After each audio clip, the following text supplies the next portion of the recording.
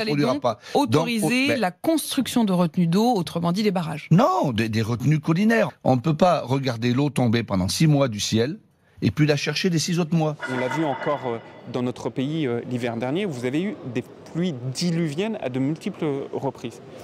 Cette eau-là, cette eau en plus, de manière assurée, elle ne revient pas dans la nappe phréatique, de manière assurée.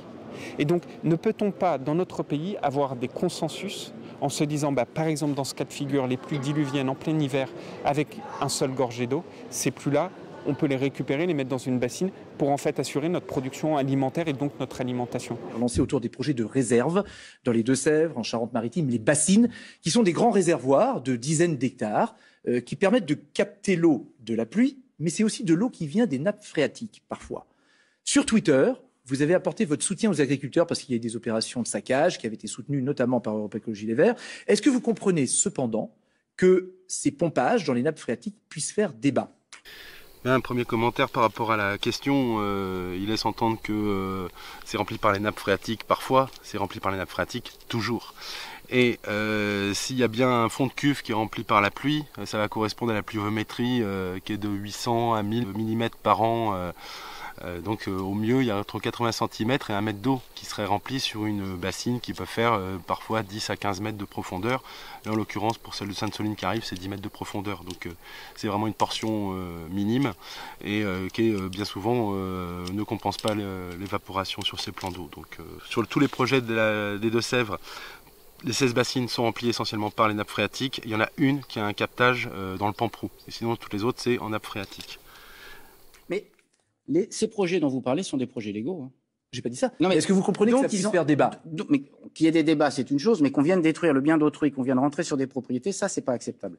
Je voudrais signaler la grande responsabilité qui a été celle des agriculteurs cet été. Mon collègue Béchu le disait au Conseil des ministres, il y a eu des tas de contrôles. Les agriculteurs sont très marginaux dans les fraudes sur ces affaires d'accès à l'eau. Pourquoi ? Parce qu'ils ont un esprit de responsabilité. C'est encore un gros mensonge gouvernemental, puisqu'on sait en face de ça qu'il y a eu des consignes qui ont été données cet été pour que la police de l'eau ne soit pas appliquée par les agents assermentés de l'OFB, etc., de fermer les yeux sur des situations intolérables. Et donc au contraire, les exactions et le non-contrôle et le recours à la dérogation permanente, c'est ce qu'on constate sur notre territoire. Donc les moyens de police de l'eau ne sont pas mis en place, et quand bien même ils seraient mis en place, il y a très souvent des consignes de non-application et de passer sous silence toutes ces affaires-là. Donc c'est encore un mensonge éhonté de M. Fesneau. Donc j'invite tout le monde à avoir le même esprit de responsabilité. C'est-à-dire tout le monde, vous visez qui n'a pas l'esprit de responsabilité ? Ceux qui viennent faire ce que vous montrez là dans vos images, c'est-à-dire ceux qui viennent détruire. Ceux qui viennent, ils ne sont pas responsables. Ils sont complètement irresponsables, ils ne respectent pas la loi. Dans une démocratie, on respecte la loi. Même si elle ne vous plaît pas, on respecte la loi. Justement, sur la question que c'est des projets légaux, c'est des projets qui sont aujourd'hui sous le coup de multiples recours et qui sont entachés de multiples fragilités juridiques. C'est pour ça notamment que le collectif Bassines Non Merci porte un recours au niveau de la commission Petit, et dans lequel on dénonce le fait qu'il y ait potentiellement 9 directives européennes qui sont bafouées typiquement dans ce dossier de Bassines.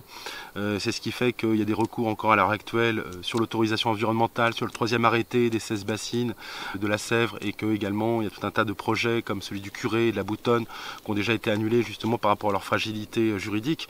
Et c'est bien, là le ministre fait le lien avec la légalité, et en face de ça, la réaction des gens qui viennent à détruire ou à s'en prendre à ce matériel. C'est sûr que si on laissait le droit être pleinement dit, c'est sûr que si on laissait au tribunal administratif le temps de pouvoir statuer, notamment sur ces 16 bassines et sur celle de Sainte-Soline, le débat serait beaucoup plus serein. Et c'est bien le problème, c'est qu'on est face à un gouvernement qui passe en force, qui malgré toutes les fragilités donne les autorisations. On vient d'apprendre aujourd'hui que l'enquête publique qui s'était déroulée en 2017, le résultat de l'enquête publique et l'autorisation environnementale qui vient avec, vient d'être prolongée de 5 ans. L'air de rien, c'est un arrêté préfectoral et on l'a découvert tout à l'heure en étant à la mairie de Messé, où c'était affiché là que de manière très arbitraire, on remettait une pièce dans la machine pour 5 ans, comme si le contexte météorologique n'avait pas changé, comme s'il n'y avait pas une prise de conscience large. Et donc cette question de la légalité, je la renvoie dans la tête du ministre, puisque justement, il y a de fortes chances sur ce dossier spécifique des bassines des Deux-Sèvres qu'on se retrouve dans la même situation de Caussade et de la ZAD des Roches, à savoir un ouvrage qui est d'abord considéré en première instance comme légal, qui finalement ne l'est pas et qui finalement est construit et où l'État ne fait rien pour l'empêcher et qui aujourd'hui se retrouve exploité. Donc c'est évidemment pour éviter ce genre de catastrophe qu'il y a des citoyens aujourd'hui qui décident de rentrer en désobéissance civile et qui sont aujourd'hui prêts à mener des actions déterminées pour que les projets ne démarrent pas. Il y a une solution très simple, c'est d'accepter le principe de moratoire et puis ça s'arrête demain. Toutes les tensions du territoire s'apaisent, tout de suite on remet autour de la table les scientifiques, etc. Et il n'y aura assurément plus aucune destruction sur le territoire.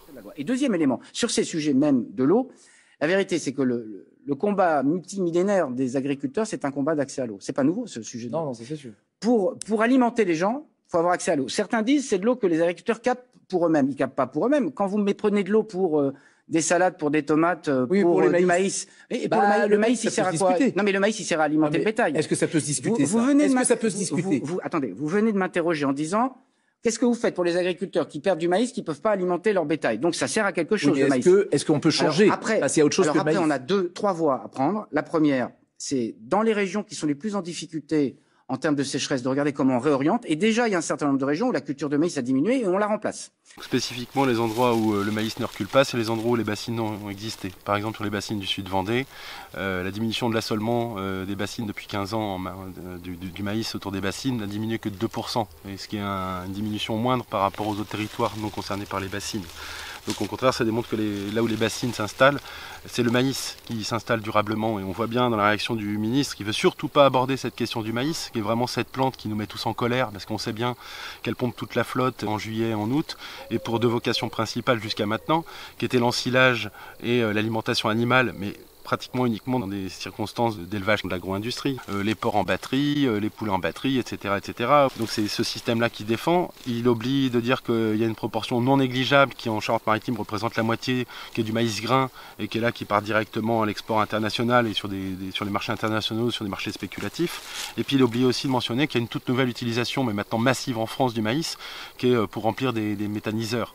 Donc moi ce que je lis à travers le contournement systématique de Fesneau, c'est là il bosse pour Pionnier et compagnie. En fait il veut pas que le maïs soit la thématique, et c'est la thématique. Deux, c'est d'avoir des systèmes qui soient plus économes en eau. Il y a dans le plan de relance et dans France 2030 des centaines de millions d'euros qui sont prévus pour ça. Il y a déjà 50 millions qui ont été débloqués récemment pour ces sujets-là. Et puis troisième élément, on a besoin d'avoir accès à l'eau, parce que le dérèglement climatique, il nécessite d'avoir accès à l'eau. Alors ça veut dire peut-être qu'il faut qu'on, dans bien des endroits, on multiplie les usages de l'eau. Absolument. Des trucs qui jusqu'à maintenant n'avaient pas recours à l'eau, par exemple de faire des bassines pour faire de la neige artificielle. Ouais, ça c'est un nouvel usage de l'eau et qui est soutenu par le même gouvernement et puis par Wauquiez sur son département. Le fait d'arroser du maïs pour simplement faire de la matière pour passer dans le méthaniseur, c'est un nouvel usage de l'eau. Et alors que dans une situation où il va falloir mesurer chaque usage et les hiérarchiser entre eux et faire des arbitrages cruciaux, on crée de nouveaux usages de l'eau pour nourrir à nouveau le monstre qui nous mène à la perte. Et là où il n'est pas questionné, mais ce qui est en questionnement derrière, en effet, qu'il y a une nécessité d'accès à l'eau. Pour le coup, en face de ça, c'est la question de l'équité ou de l'égalité d'accès à l'eau. Il faut rappeler des grands principes, c'est qu'aujourd'hui, en Poitou-Charentes, 90% des exploitants n'ont pas recours à l'irrigation par aspersion. Ils se contentent de l'irrigation des pluies qui tombent du ciel ou des niveaux de nappe qui sont assez hauts pour qu'il y ait une irrigation par le sol. Et que c'est bien ce qu'on dénonce dans ce projet de bassine, c'est qu'il y a une opération d'accaparement de l'eau pour que quelques-uns mettent la manne sur cette ressource qui en effet va être l'alpha et l'oméga de toute culture dans les années qui viennent. Là c'est très clair, les bassines sont une opération d'accaparement. Et on voit, du fait qu'en plus on passe sur un mode actionnarial, on est en train d'assister à un glissement où normalement tous les ans le Grisby était repartagé avec un organisme qui s'appelle le UGC et dans lequel l'État était censé gérer et veiller à une certaine équité dans le partage de l'eau. Aujourd'hui c'est les sociétés coopératives type COP de l'eau qui mettent la main sur l'eau et qui vont régaler leurs actionnaires au prorata de leur actionnariat. On est clairement dans une logique de privatisation de l'eau et d'accaparement, quoi. Et pour les plus gros. J'étais l'autre jour dans les Alpes de Haute-Provence, en aval de Serponçon. S'il n'y avait pas Serponçon aujourd'hui, on aurait des problèmes d'eau potable, on aurait des problèmes d'alimentation. Vous dites, il faut construire plus de retenues d'eau, plus de bassines. Je dis simplement, le besoin en eau, il est important. Ça passe par les bassines. Mais c'est pas que les bassines. Non, mais est-ce que ça passe aussi par... Ça passe aussi par des équipements qui sont prévus dans le Varenne de l'eau et qu'il faut faire. Non, mais Marc Fesneau, j'entends, mais est-ce que vous réponds, vous êtes pour les retenues d'eau? Là, je jubile. Ils ont tellement de mal à assumer leur bassine. C'est vraiment ça. C'est le Varenne de l'eau, etc. Bon, ça pue, hein. Ça passe plus. Et, pour le voir aussi embêté avec ça, ouais, ils n'assument pas du tout leur politique en réalité. La petite photo qu'on voit est assez rigolote. On voit que distinctement le bord de la bassine est d'un vert fluo assez rassurant. J'invite à aller revoir les dernières images du fond de la bassine SEV17 à Mosée. C'est un vrai plaisir. Les algues se régalent. Je pense qu'on ne va pas tarder à avoir de la cyanobactérie si on n'a pas déjà eu cette année. Est-ce que vous êtes pour les retenues d'eau qu'on vient de voir? Je vous réponds que dès lors que ça tient en compte, ça prend en compte l'environnement, qu'on vient récupérer l'eau superficielle qui vient en trop de pluie. Selon celle-là. Que ça peut être l'eau superficielle qui vient en trop de pluie. Waouh, on a un hydrogéologue chez les ministres. L'eau superficielle qui vient en trop de pluie. Si vous comprenez cette phrase, écrivez au ministre Fesneau pour sa grande pédagogie et sa lecture clairvoyante du cycle de l'eau. L'eau superficielle. C'est hallucinant, c'est une espèce de mauvais amalgame entre toutes les déclarations qu'ont fait ses prédécesseurs, entre de Normandie qui parlait des pluies diluviennes qui étaient censées remplir les bassines, ou la nouvelle stratégie de communication de la COP de l'eau qui dit qu'ils ne prendront l'eau dans la nappe que quand celles-ci déborderont. Il a fait un mauvais mix des deux, c'est brillant, voilà, c'est un homme de synthèse et d'amalgame extraordinaire. Il est vraiment phénoménal, c'est la honte, quoi. C'est déclarer ça comme ça devant les médias. Il ne maîtrise pas son sujet, il sait pas. Ces gens-là, avant de prendre la moindre décision, il faudrait les emmener au bord d'une rivière, il faudrait leur expliquer le fonctionnement d'un cycle de l'eau. Il utilise le terme de nappe phréatique, je ne sais même pas s'il sait ce que ça veut dire. Et parce que par définition, la nappe phréatique, c'est la nappe de surface. Hein. On ne parle pas des nappes profondes. La nappe de surface, c'est la nappe phréatique. Une nappe phréatique profonde, ça n'existe pas. La nappe phréatique de surface, c'est un pléonasme, c'est dire deux fois la même chose. Et donc évidemment, on est sur des territoires où ces nappes phréatiques, elles sont alimentées par l'infiltration d'une partie de l'eau de pluie, qui est une part minime de l'eau qui tombe, puisqu'on a des sols qui sont de plus en plus étanches, avec plus aucune haie pour retenir l'eau, avec des structures de sol qui sont plus riches en humus, etc. On accroît par toute l'agro-industrie qu'on a menée depuis 50 ans, on accroît le ruissellement par rapport à l'infiltration. Et donc c'est bien cette eau qui s'est infiltrée, qui est une eau rare et qui met parfois du temps à se reconstituer, que se propose de capter Fesneau et sa bande. Et là où c'est d'une très grande malhonnêteté, c'est que, en fait, le remplissage hivernal, pour ceux qui croient encore qu'ils remplissent les bassines quand les nappes sont pleines, mais qu'ils aillent voir ce qui s'est passé, ce qui se passe encore aujourd'hui en Vendée, tous les ans en fait, depuis 15 ans en Vendée, et puis sur la SEV17 à Mosée, ce qu'on a réussi à démontrer par A plus B durant tout ce printemps, c'est que les cotes de remplissage autorisant la possibilité de remplir les bassines se situent en dessous des niveaux minimums jamais mesurés depuis 20 ans. Et quand bien même il prendrait l'eau uniquement quand les nappes sont chargées, qu'est-ce que ça veut dire ? C'est quoi une nappe qui recharge? Une nappe qui déborde? Comment on appelle ça, monsieur Fesneau? On appelle ça une source. Alors est-ce qu'on considère qu'une source, c'est de l'eau en trop? Là, on vient de la fontaine de Fontadon, qui est la fontaine qui n'a jamais cessé de couler depuis des siècles et où tous les gens autour de Père et de Sainte-Soline venaient chercher une eau pure venue du Massif central et qui ne coule plus depuis quelques semaines. C'est aberrant. C'est un bel amalgame d'incompétence et de malhonnêteté. C'est la honte. Et ces gens-là seront responsables. On ne doit jamais oublier les propos tenus par de telles personnes. Quand dans 10 ans, on va se retrouver dans des situations encore plus critiques qu'aujourd'hui, il ne faudra pas jamais oublier qu'il y a eu un monsieur Fesneau qui, là, à cette saison, au mois de septembre 2022, continue à soutenir et à donner le feu vert pour la création d'une nouvelle bassine. C'est nos enfants qui l'accuseront. Que ça peut être du multi-usage. C'est aussi le cas. Et que c'est fait dans les règles de l'art, y compris environnementales, il faut y être favorable parce que sinon il n'y aura plus d'agriculture. C'est pas la peine de se raconter l'histoire. Les règles de l'art en termes environnementaux, voilà. Là par exemple la bassine de Sainte-Soline c'est sur une zone à Outarde-Canepetière. La bassine sur Saint-Sauvant c'est sur une zone Outarde-Canepetière. Les points de prélèvement ils sont pris sur des zones Natura 2000, sur les zones comme le Marais Poitevin, etc. Et justement c'est parce qu'il y a une insuffisance des impacts environnementaux des prélèvements divers qu'à chaque fois les projets de bassines se font défoncer. Concrètement. Donc en fait, il avance un truc qui est là encore un mensonge éhonté. C'est pas la peine de se raconter l'histoire. Une tomate. C'est ce que je vous demandais. Mais c'est ce que je vous disais, mais j'essaye de dire précisément les choses. Une tomate, c'est 95% d'eau. Donc, s'il n'y a pas d'eau, il n'y a pas de tomate. Donc, il faut se dire les choses simplement. Et puis, il faut multiplier l'utilisation. Je dis un dernier point, on ne travaille pas assez aussi, par exemple en France, la réutilisation des eaux des stations d'épuration. En France, c'est 1%. En Italie, c'est 14%. En Espagne, c'est 8%. Donc, il faut qu'on ait une culture de l'eau, d'utilisation de l'eau qu'on n'utilise pas et qu'on pourrait mobiliser plus facilement. Le dernier dossier qui l'ouvre, c'est la thématique dite du reuse, le fait d'utiliser les eaux usées des stations d'épuration dans des stratégies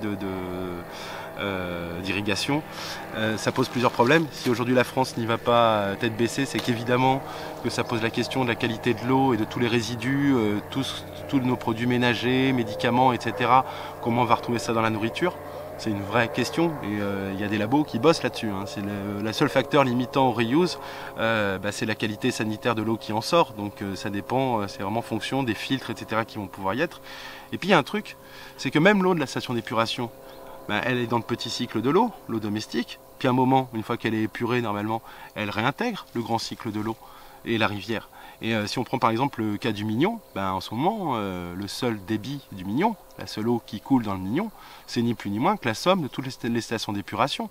Donc c'est bizarre de le prendre par ce sens-là, mais vu cette situation, faut se rendre compte que le reuse, c'est aussi de l'eau qui est prise au milieu aquatique aujourd'hui. Et poussons la réflexion de M. Fesneau, puisque le technologique serait tout réglé. Voilà, là on est à 2 doigts du projet Jourdain qui est en train de démarrer en Vendée, où ni plus ni moins on propose aux Vendéens et à tous les touristes qui viendront au Sable d'Olonne de reboire une eau qui a été consommée par leurs prédécesseurs de quelques semaines, où il va y avoir une station de repotabilisation de l'eau, où l'eau usée va passer dans une station qui va repartir dans un lac pour être un peu diluée et remis dans le petit cycle de l'eau. Formidable. Donc est-ce qu'on met des millions dans le projet Jourdain, ou est-ce qu'on favorise une vraie agriculture résiliente, respectueuse des milieux naturels, des sols, de la qualité de l'eau, etc. Est-ce qu'on se lance dans le projet Jourdain, les méga-bassines, ou est-ce qu'on met tout en œuvre pour que la petite fontaine de Fontadans, elle continue de courir et de donner une autre qualité à tous les gens qui passeront par là? C'est des vrais choix de société. Et c'est évident que vu comme ça, Monsieur Phénoménal, il a fait son choix. Et bravo Monsieur Phénoménal, on espère vous croiser ce mois-ci sur le terrain, parce que de toute façon, ça va tellement bouger dans le Marais Poitevin et en Deux-Sèvres que vous serez obligé de faire une visite de terrain à un moment ou à un autre. À bientôt Monsieur Fesneau.